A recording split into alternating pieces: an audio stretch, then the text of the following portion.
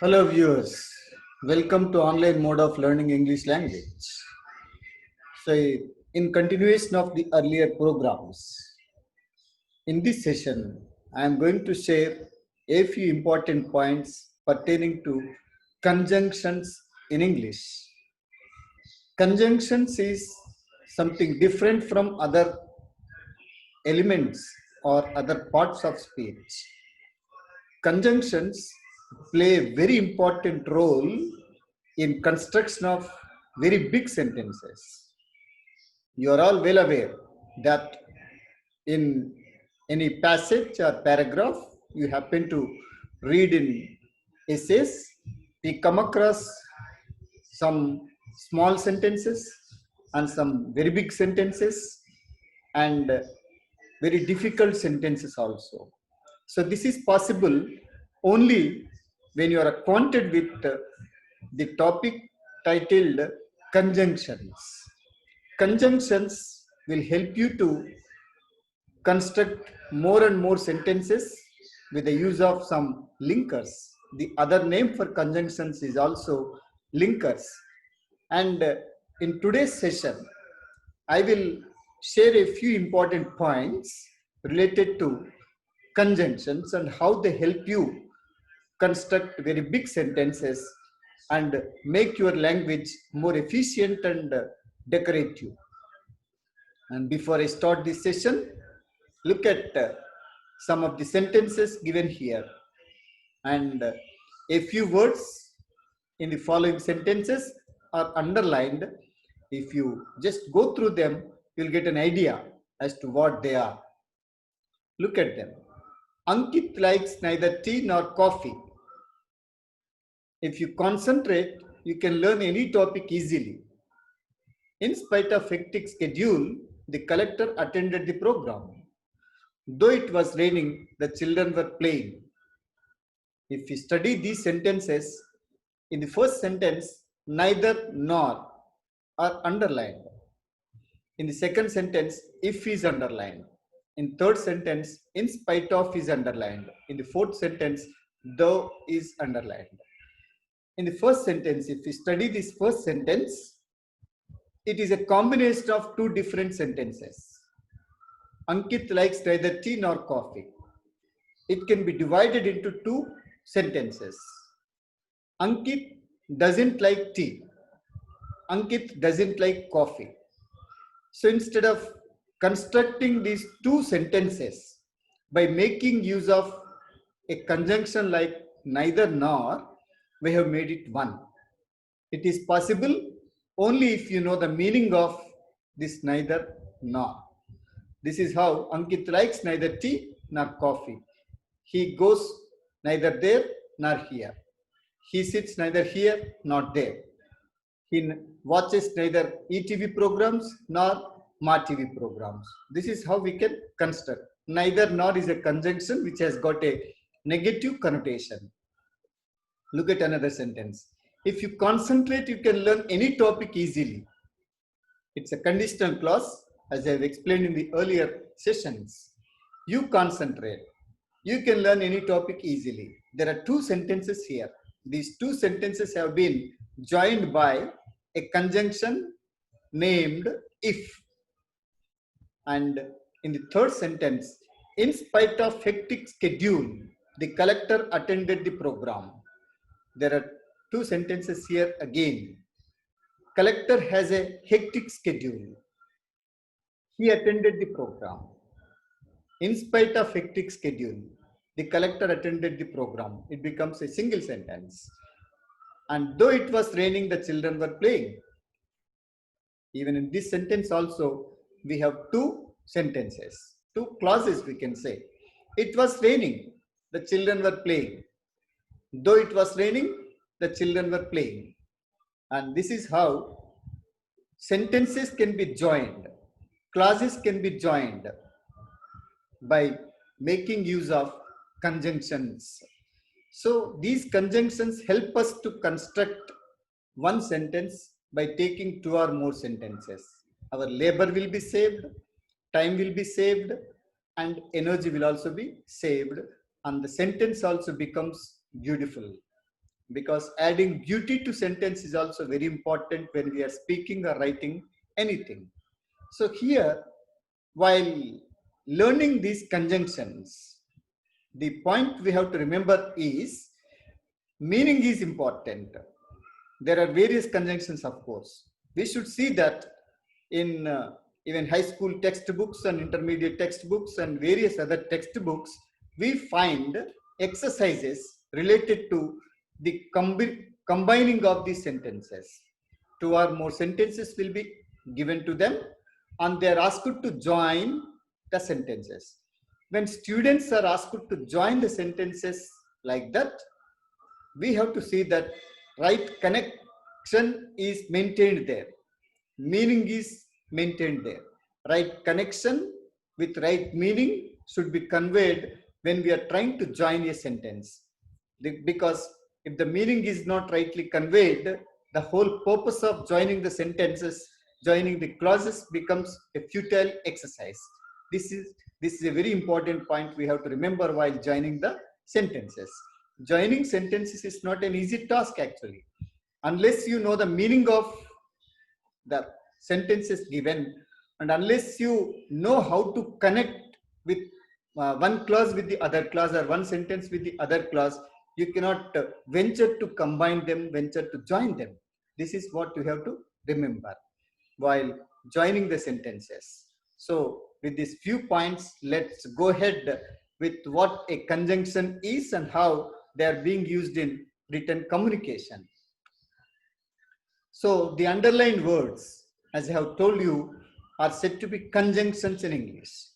So before we go to the depth of this topic, it's also necessary to know some information as to what a conjunction is and what its function is. A conjunction is a word which is used to join words, phrases, and clauses in a sentence. It's used to join words, phrases, and clauses. There are two types of conjunctions in English language. One is the coordinating conjunctions. The second one is the subordinating conjunctions. So as I have just told you, they are used to join words, phrases, and clauses in a sentence. When we talk about the joining of phrases and clauses, we should also know what a phrase and what a clause is. You know perhaps what a word is, but you should also know what a phrase is, what a clause is. Knowing the difference between phrase and clause is also needed here, because when we are studying the topic called conjunctions. And here I have given you the first type, that is coordinating conjunctions.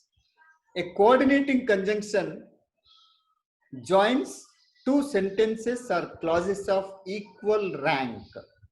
It's a very important point we have to remember. Clauses of equal rank are joined or combined by a coordinating conjunction. Whereas in subordinating conjunction, clauses of equal rank are not found. This is the difference we have to find and understand and discriminate between a coordinating conjunction and subordinating conjunction. I have given you some examples here. He prepared well and got a good rank in the entrance exam. There are two clauses here.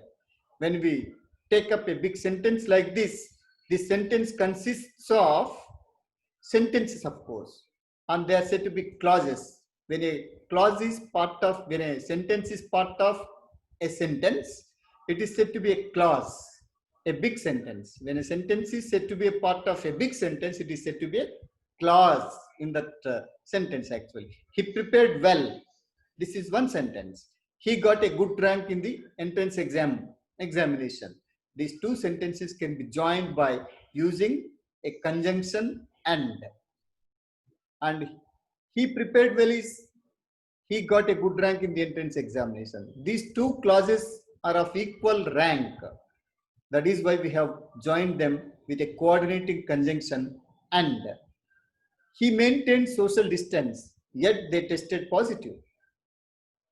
Though he maintained social distance, they tested positive. He maintained social distance is one clause, they tested positive is another clause.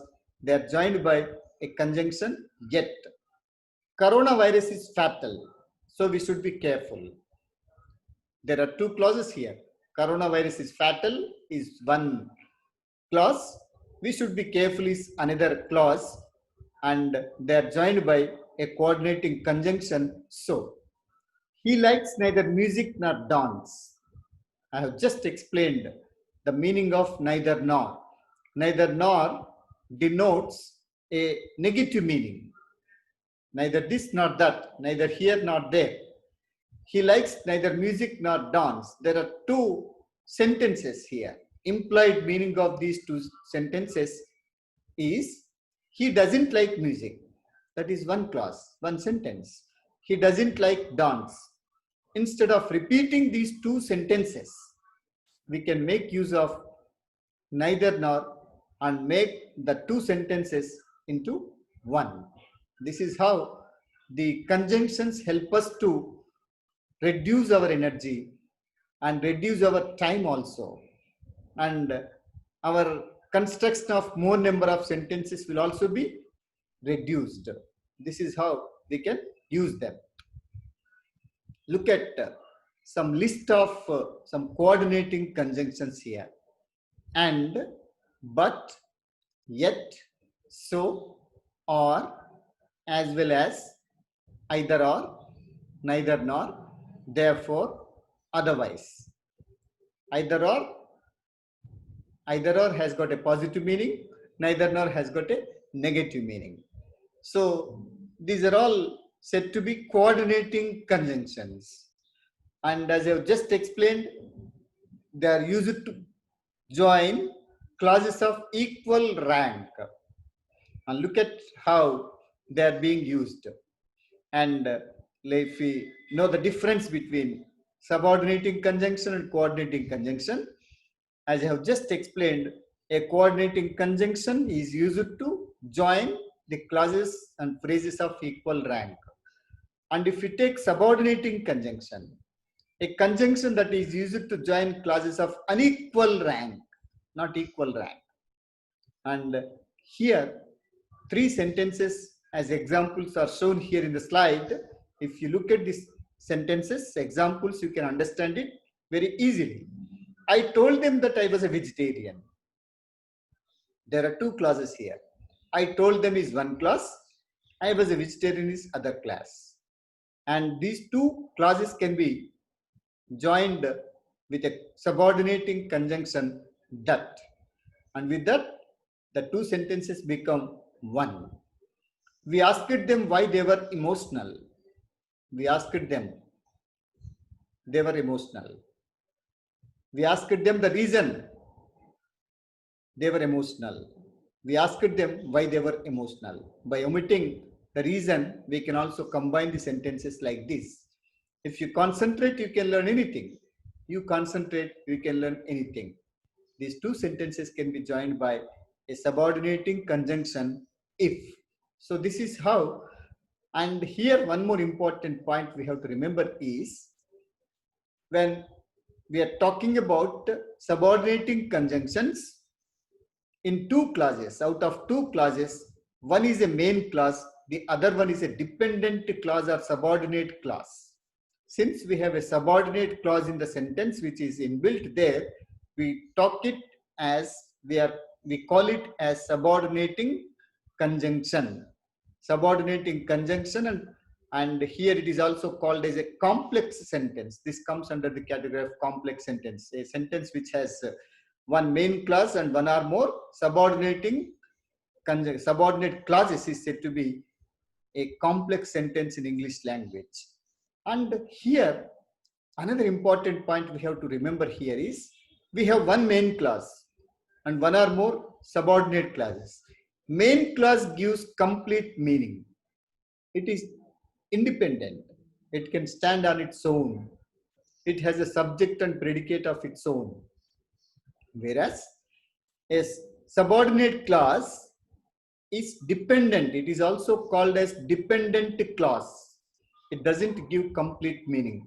It doesn't convey a complete meaning.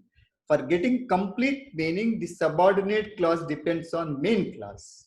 So that is why we talk about the hierarchy of people in offices. Principal is followed by the staff members, faculty members and officers, other office staff and others. And that is why who is said to be the main person who is responsible in a college or institution? The principal. And here, even in these sentences also, principal clause, main clause can also be called as principal clause. And principal is said to be the head of the institution. Principal clause is said to be the main important part of this complex sentence. So that is why it is called principal clause or main clause.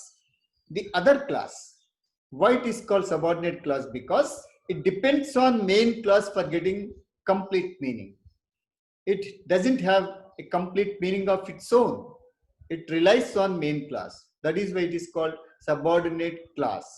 So one main clause and one or more subordinate clauses will be noticed in complex sentences. And here we talk about the simple sentence, compound sentence and complex sentences in the forthcoming sessions, of course. Here we are here to confine our sharing of information, sharing of points related to conjunctions alone.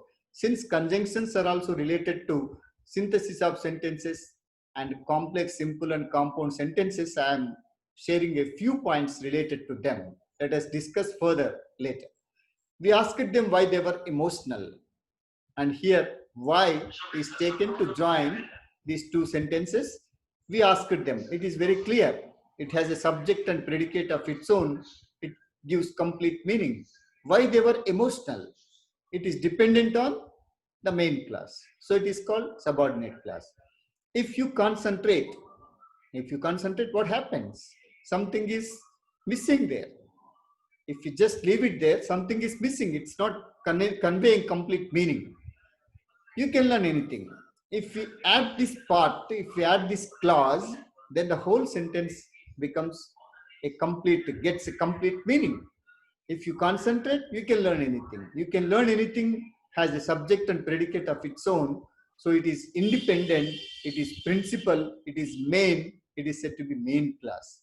If you concentrate is depending on the other clause, that is why it is called a subordinate clause, whereas you can learn anything is said to be main clause. This is how we have to draw the meaning from the sentences to get its completeness. So here I told him, I have also shown you in detail to make it very clear.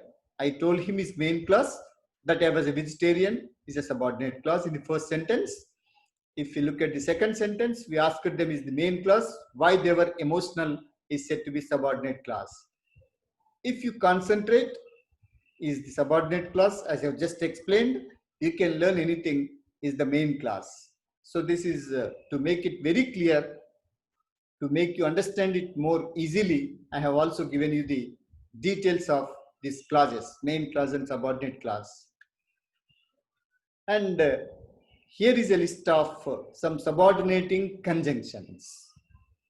That, whether, since, although, why, whom, when, if, as, though, unless, what, whose. These conjunctions are used to join sentences. Subordinating conjunction, they are said to be subordinating conjunctions, and we come across these words in complex sentences. Let's discuss about those complex sentences in the forthcoming sessions. Notice the difference between a phrase and a clause. As I have just told you, a conjunction is used to join phrases and clauses. I have just explained. When I say that they are used to join phrases and clauses, you should also have some idea as to what a phrase is and what a clause is. Most of the students get confused with what is a phrase, what is a clause. There are two important terms in English grammar actually. We come across these terms very frequently in English grammar. And they are also parts of the sentences. Phrase is a part of a sentence, clause is also part of a sentence. but there is a difference between phrase and a clause. And let us look into that now. A phrase is a group of words that does not have a subject and a verb. Very important point you have to remember. A phrase is a group of words, but there is no verb here. Doesn't have a subject and doesn't have a verb at all. This is a very important point. We come across thousands and thousands of phrases in day-to-day communication in English language.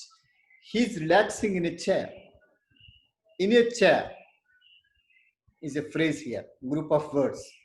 It's part of the sentence. It's not independent. It is dependent.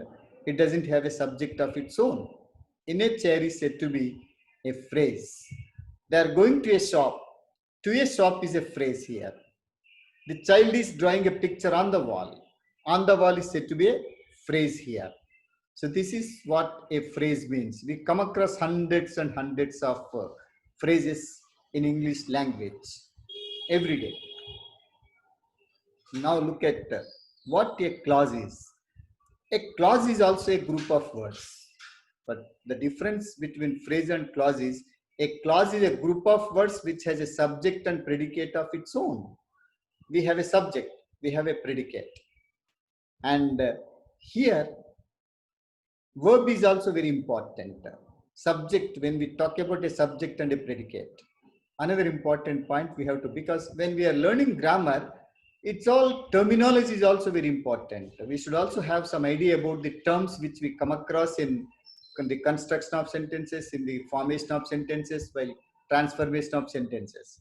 That is why I am compelled and urged. Of course, modern teaching methods don't encourage us to know the names of the terms, of course, but the situation demands us, because we are supposed to have some idea as to what a phrase is, what a clause is, what a subject is, what a predicate is. Because when we come across these terms during the transformation process, in the transformation of sentences, and you should also be able to know, you should also be able to identify what a subject is, what a predicate is, what a clause is, what a phrase is. So that's how I am urged to explain the points related to all these kinds of things, though the communicative approach of learning doesn't demand such explanation in our teaching mode. Look at this here. A clause is a group of words which has a subject and predicate. And as he is innocent, he is unable to understand the problem. As he is innocent, he is unable to understand the problem. Here, a clause is a sentence. This sentence has got two clauses. As he is innocent is one clause. He is unable to understand the problem is another clause. As he is innocent, this is a subordinate clause, as I have just explained. It is a dependent clause. It doesn't connote complete meaning. He is the subject. He is innocent is predicate. He is unable to understand the problem. He is the subject. He is unable to understand the problem is the predicate of the sentence. I will explain what a subject is, what a predicate is in one more slide, of course. Though it rained heavily, we continued the program. Though it rained heavily, we continued the program. We have to join these two sentences with the help of the conjunction, subordinating conjunction, though here. You should know the difference between a phrase and a clause, otherwise you cannot understand conjunction. I have taken a related sentence here. You should know the difference between a phrase and a clause, otherwise you cannot understand conjunctions. So here in each clause, as I have just quoted, there is a subject and a predicate. Now I will explain what a subject is and what a predicate is. One important point we have to remember is a subject is nothing but a noun or pronoun, noun group or pronoun group. In a sentence, we come across a number of nouns. I have explained about nouns and pronouns in earlier sessions. You know what a noun is and what a noun group is. You know what a pronoun is. You know what a pronoun group is. Either a noun or noun group, or a pronoun or pronoun group. They are said to be subjects of the sentences. And the whole sentence minus subject is predicate. In subject, noun or noun group or pronoun group is very important. That is the crucial point. And in predicate, verb is very important. The whole sentence, in mathematical terms, if we speak, the whole sentence excluded with subject or minus subject is the predicate of that sentence. Because when we talk about conjunctions and complex sentences, we are also supposed to know what a predicate is, what a subject is. And one more important point we have to bear in mind is, in the process of constructing sentences, most of the students will be getting confused as to what a subject is. They should be able to identify what a subject is in a sentence. Because while transforming passive voice, active voice and passive voice also, they should know how to identify a subject in a sentence. That's very important. That is why I am compelled to teach about what a subject is in this session. Unless we have an idea about what a subject is, we cannot go further in a sentence. These are all basic rules and regulations to be remembered by each and every student for getting advanced learning in English grammar. Notice the following sentences. Vinod is a famous businessman. Here, Vinod is the name of a person. It is a noun, so it is the subject of the sentence. Is a famous businessman is the predicate. As I have just explained, verb is important in predicate. Vinod is subject and is a famous businessman is the predicate of the sentence. One of them was ready to answer my question. And most of the students I have observed, the first word is taken as the subject. It's not like that. I have just explained. Noun or noun group or pronoun group. One of them is said to be the subject of this sentence. One of them was ready to answer my question. One of them is the subject. It's a pronoun group. Was ready to answer my question is the predicate of this sentence. And one of the workers has decided to start his own business. One of the workers is the subject, has decided to start his own business is the predicate of this sentence. So this is what we have to remember while learning something about the conjunctions, because conjunctions are related to other topics of English grammar. And construction of sentences, formation of sentences, transformation of sentences becomes an easy process once you know what a subject is, what a predicate is, how subject is formed, how predicate is formed, and how to identify the subject and predicate in a sentence. These are all very important points to be remembered by each and every student for furthering their progress, for furthering their grammar aspects, because all these play a very important role. To sum up all these kinds of things in this session, I just wanted to share you what a conjunction is and how it functions in a sentence. I have explained till now what a subject is and how it functions. A subject plays the role of a noun or pronoun, or noun group or pronoun group. A predicate plays the role of a verb. Verb is important in predicate and noun or pronoun is important in a subject. And I have also explained the discrimination or difference between a phrase and a clause. A phrase is a group of words which does not have a verb of its own, whereas a clause is also a group of words, but in a clause we have verb and subject and predicate of its own. A clause has a subject and predicate of its own, whereas phrase does not have a verb, whereas a clause has got a verb of its own, subject of its own, predicate of its own.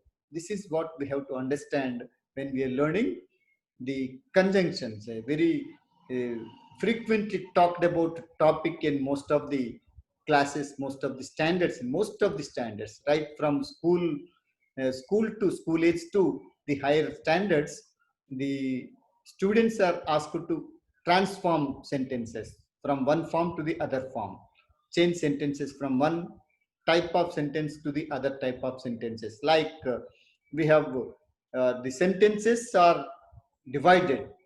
We are also supposed to discuss the types of sentences, of course. Sentences are divided or categorized in two different ways. As per meaning, sentences are of four types. They are the sentences are affirmative sentence, imperative sentence, interrogative sentence, exclamative sentence, assertive sentence. They are one type. And another type of sentence categorization is they are also categorized on the basis of the structure of a sentence. If we divide or categorize the sentences as per the structure, there are four types. The first one is simple sentence, the second one is compound sentence, third one is complex sentence, the fourth one is compound and complex sentences. In almost all competitive examinations, the sentences pertaining to these structure based transformations are frequently asked. So we have to discuss how to transform from simple sentence to compound sentence and compound sentence to complex sentence or complex to simpler compound, something like this. Because and it's a common practice. That is one aspect. And another important aspect we have to learn here is you also have common errors. I have discussed in the earlier sessions. Even in common errors also, I have not touched upon this topic because I thought it would definitely come here in this while discussing conjunctions or while discussing synthesis of sentences, which I am going to share in the forthcoming sessions. We will definitely come across, we are forced to talk about the common errors, how errors are committed by most of the users of English with regard to the usage of conjunctions. That's how I didn't cover this topic in common errors, though I have covered 1, 2, 3 series in common errors. This topic was not covered. I have stopped up to tenses only. And we will discuss these things in tomorrow's session because synthesis of sentences, joining sentences, that's a very important topic to be discussed and shared with you. So with these few points, I would like to conclude now and come with a more detailed discussion on synthesis of sentences in the forthcoming session, that is tomorrow. So thank you now for today's session.